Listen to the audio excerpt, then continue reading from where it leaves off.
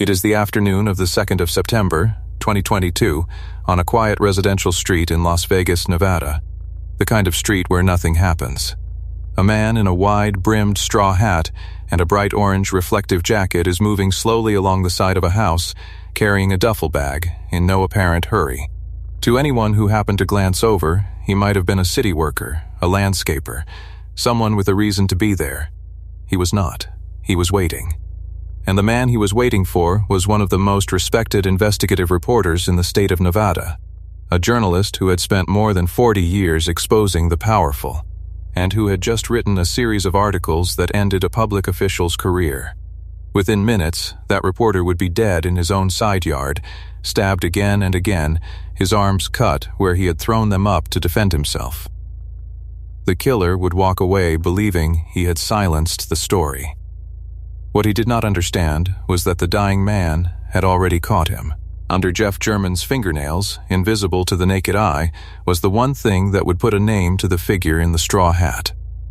This is the story of a corrupt official who decided that the way to kill a story was to kill the man telling it, and of how the reporter's own body became the evidence that convicted him. To understand why a county administrator would lie in wait in the bushes with a knife, you have to understand what Jeff German did for a living, and what he had just done to Robert Tellis. Jeff German was 69 years old, and he had spent roughly 44 of those years doing one thing: covering Las Vegas. Not the Las Vegas of the postcards, but the other one. The courts. The casinos. The organized crime. The politicians. The quiet machinery of power that runs underneath a city built on money. He had started in the era of the old mob and stayed long enough to watch the city reinvent itself. And through all of it, he kept doing the unglamorous, patient work that real investigative journalism is made of. Public records. Phone calls that go unreturned. Sources who will only talk in parking garages. By the time of this story, he was a fixture at the Las Vegas Review-Journal, the kind of reporter whose byline made nervous people more nervous. He lived alone, in a modest house on a calm suburban street, the sort of place a man retreats to after decades of making powerful enemies. He was not reckless. He was not naive. He simply believed, after a lifetime of it, that the work was worth doing, and that no one was above being asked a hard question. Over 4 decades, he had broken stories that powerful people would have paid a great deal to keep buried. Stories about organized crime, about politicians who had forgotten they worked for the public, about the quiet ways money and influence bend a city to their will. He had written books about the Las Vegas underworld. He had outlasted the people who threatened him. To do that work for that long is to accumulate enemies the way other people accumulate friends, and German knew it. He had simply decided, a long time ago, that the alternative, looking away, was not something he was willing to do. That belief is what makes what happened to him both a crime and something larger than a crime. Robert Tellis, on the other side of this story, was a man on the rise. He was a lawyer, and he had been elected to a position most people have never heard of but which carries real quiet power. Clark County Public Administrator. The official whose office steps in to manage the estates of people who die without a will and without obvious heirs. It sounds dry, even forgettable, until you consider what it actually means. When a person dies alone, with no will and no clear family to claim what they leave behind, this is the office that takes control of everything they owned: their home, their bank accounts, their possessions, the entire material weight of a life. It is a position of enormous, largely invisible trust. And trust, in the wrong hands, is exactly the kind of thing an investigative reporter exists to examine. It is a job that touches the property and money of the dead, and it is a job that runs almost entirely out of public view. Tellis had won it. He was, by his own ambition, supposed to be climbing. And then a reporter started asking questions about how he ran his office. In the spring of 2022, Jeff German began publishing a series of articles about the inside of Robert Tellis's office, and they were not flattering. The reporting described an administrator accused by his own employees of running a hostile, dysfunctional workplace, accusations of bullying, of favoritism, of a manager who had turned the office toxic, and it described something more personal, an alleged inappropriate relationship between Tellis and a subordinate, a woman who worked under him. For an elected official, few things are more damaging than the combination German laid out: a workplace described by its own employees as a place of fear, and a personal relationship that called the official's judgment into question.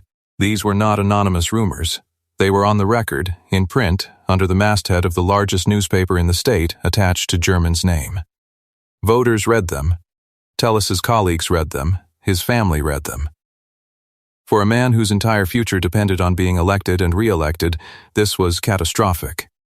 The articles did not merely embarrass him, they detonated his career. Tellis was, at that moment, running to keep his job, and the timing could not have been worse. When the votes came in, he lost. He lost the primary in June of 2022, and with it went the political future he had built for himself. And it did not stop at his career. The reporting, by the accounts that later came out, helped unravel his marriage as well.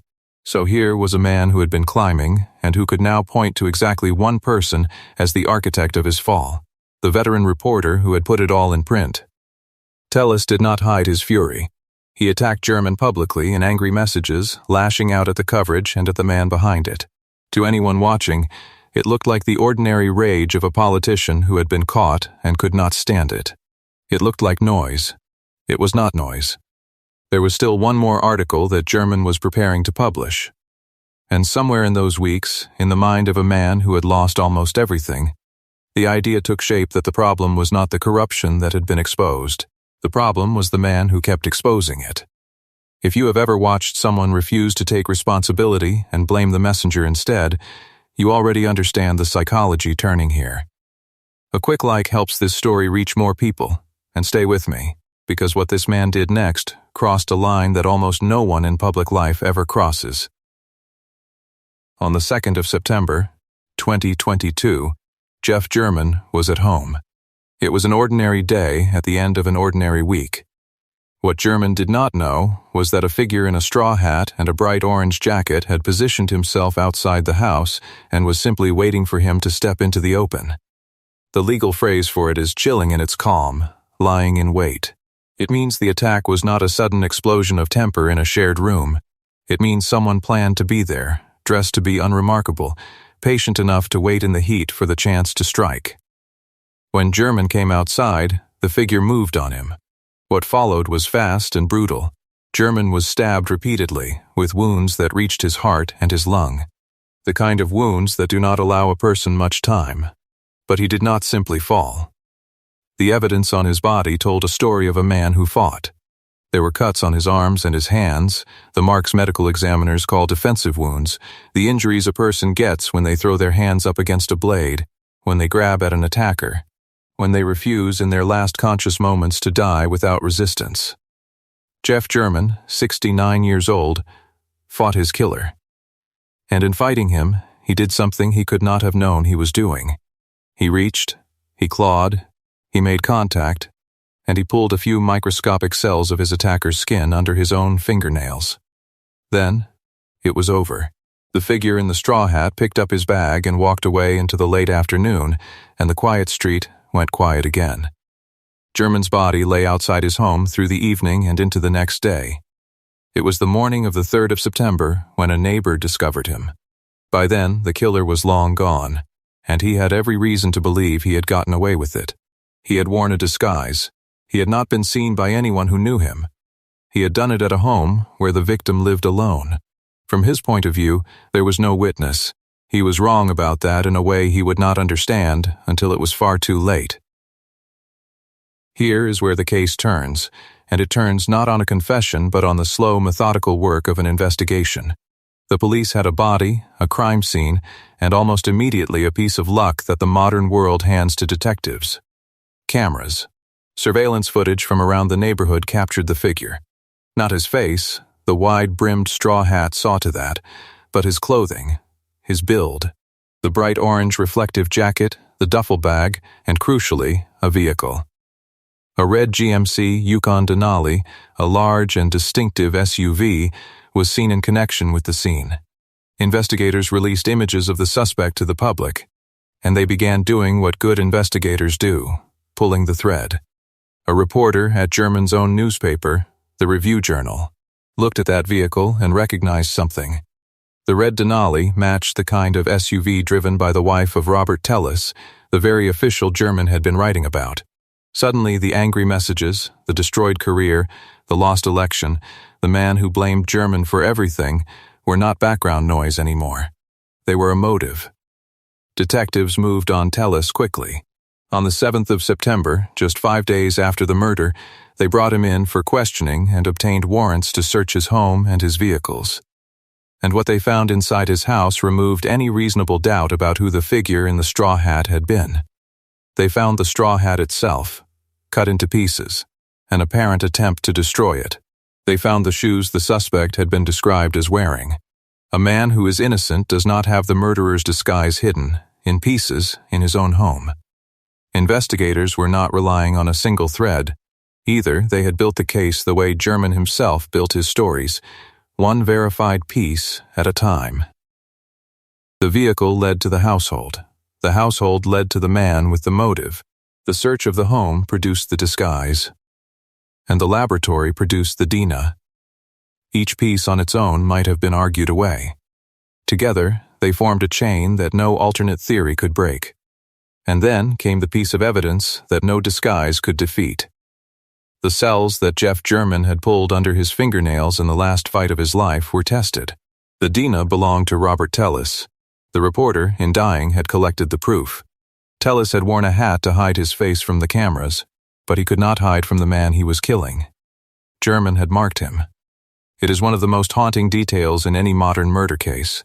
The victim, a lifelong investigator, conducting one final investigation with his own hands, and getting his man. That detail, a reporter catching his own killer with the evidence under his nails, is the kind of thing that stays with you. If it stayed with you, drop a comment with the word evidence and let me know what you think a jury should do with a case like this. Now to the trial.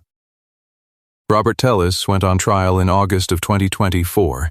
By then he was no longer the rising official in a suit. He was a defendant facing the rest of his life in prison. And he did something that surprised many people watching. He maintained his innocence and even took an active role in his own defense, offering an alternate theory in which he had been framed, the victim, he suggested, of a setup by powerful enemies who wanted him gone. It is a familiar move. When the physical evidence is overwhelming, the only road left is to argue that the evidence itself is a lie. But the jury was looking at a mountain. They had the surveillance footage of the figure in the straw hat. They had the distinctive red Denali tied to his household. They had the cut-up hat and the shoes found inside his own home. They had the angry messages and the obliterated career that gave him a reason. And above all of it, they had his own DNA recovered from beneath the fingernails of the man who had been stabbed to death. The prosecution laid it out as exactly what it appeared to be. A deliberate, planned execution of a journalist by a public official who could not forgive him for telling the truth. On the 28th of August, 2024, the jury returned its verdict, guilty of first-degree murder. And in the language the law uses for the worst kind of killing, they found that it had been willful, deliberate, and premeditated. Not a moment of madness, but a decision, made in advance, to take a human life. The sentencing carried its own weight. The jury set the term at 20 years to life, and then came the enhancements. Additional time the law adds for the use of a deadly weapon, and additional time because the victim was an older man, over the age of 60. In October of 2024, the judge brought the pieces together and added 8 more years, settling the sentence at 28 years to life in a Nevada state prison. Robert Tellis, who had once managed the estates of the dead, would now spend the heart of his remaining life behind bars. To the end, he offered the family his condolences while denying that he was the one who had killed their loved one, a contradiction that the evidence had long since rendered meaningless. But the meaning of this case reaches past the man who committed it. Jeff German was not killed in a robbery or in a random act of violence or by a stranger. He was killed for his work. He was killed because he did the thing a free society depends on someone doing. He looked at a person in power and refused to look away. When a public official decides that the answer to unflattering coverage is to wait in the dark with a knife, the target is not only one reporter. The target is the idea that anyone can hold power to account at all. That is why German's colleagues and journalists far beyond Las Vegas treated his death not just as the loss of a respected man, but as an attack on the work itself. Press freedom organizations around the country said the same thing in different words, that the killing of a reporter for his reporting is not an ordinary homicide, but a threat aimed at everyone the reporting was meant to protect.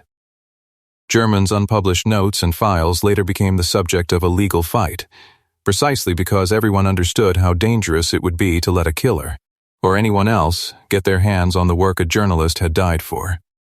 And there is a final, terrible symmetry to it. Robert Tellis tried to kill a story by killing the man who told it.